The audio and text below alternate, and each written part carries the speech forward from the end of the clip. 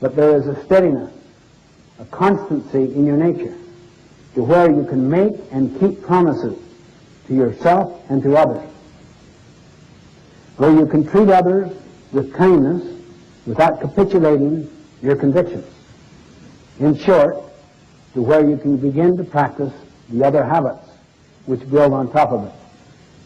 How many here feel better when the weather outside is great?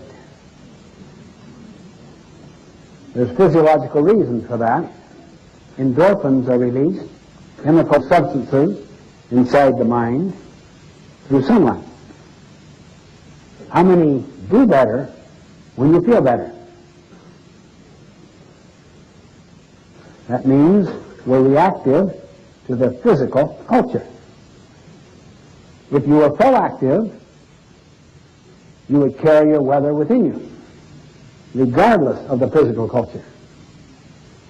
And through exerting positive energy and smiling, you also release endorphins. What about the social culture? How many feel better when you're treated better? How many do better when you feel better? That's being reactive to the social weather, the social culture. What if you could learn to carry your social weather inside so that you can be consistent in extremely difficult, adverse situations in pursuing worthy purposes and living by natural laws or principles? That's what it means to be proactive.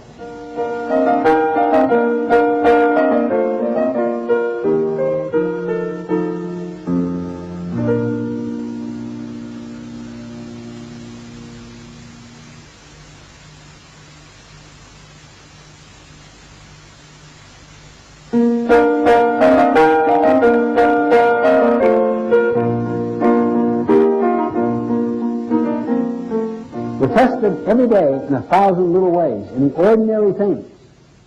And if we are proactive in those things, it gradually develops extraordinary capability in handling major setbacks or disappointments. But oftentimes, we look into the more spectacular, the more dramatic, the larger issues to see the obvious energy of proactivity, of habit one. For instance, Viktor Frankl, the Austrian psychiatrist, imprisoned in the death camps of Nazi Germany because he was a Jew, experienced unbelievable indignities and tortures. He was raised in the Freudian tradition that you're basically a product of your childhood. He worked on that assumption, that paradigm.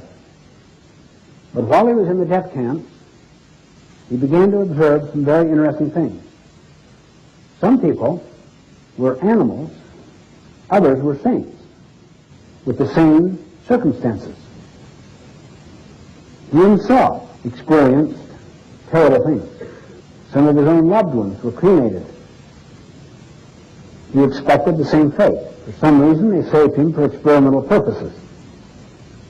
One day, they stripped him naked, put him under white light, and began to perform those ignoble sterilization experiments upon his body, and he discovered what he called the last human freedom. The power to choose my response to any condition, to anything that happens to me, he called the last human freedom. And he cultivated a sense of meaning, so that he saw himself in his imagination lecturing to his students in Austria following his release from the death camp about the very experiences he was having at the time, about the insights, the learnings he was acquiring. And he came to postulate that the highest value at all is the power to choose your attitude in situations over which you have no control. That was the last human freedom. You want to see evidence of that? How many of you have ever had a loved one, a dear friend, family member, go through a terminal illness with a magnificent attitude? How many have experienced that? Now look at the hands. Look at the number. How many of you were enormously inspired by such modeling? Same hand. I just saw that with my sister, Marilyn, who just recently passed away. The night before she died, she told me, my only desire is to teach my children and my grandchildren how to die with dignity and with a desire to contribute and to live life nobly and based on principle. And the cancer inside her lungs was like a tree growing up. But her whole focus during the months, even years that preceded it, was constant teaching. Those children and grandchildren, and friends, and loved ones will be inspired and ennobled by such modeling, such mentoring the rest of their lives.